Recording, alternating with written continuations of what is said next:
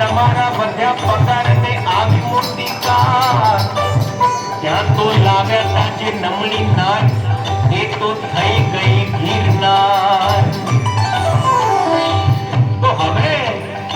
એક હાથ આ ને બીજો હાથ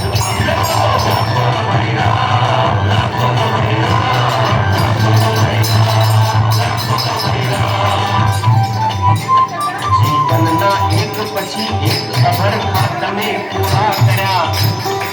પછી સૌનું જોઈને પોતાના પુત્રના લગ્ન કર્યા ત્યાર પછી પુત્ર પૌત્ર પ્રેમે તમને આંધળા કર્યા અને પછી એ બધાએ ભેગા મળી તમને ઘરની બહાર કર્યા તો હવે એક હાથ અને બીજો હાથ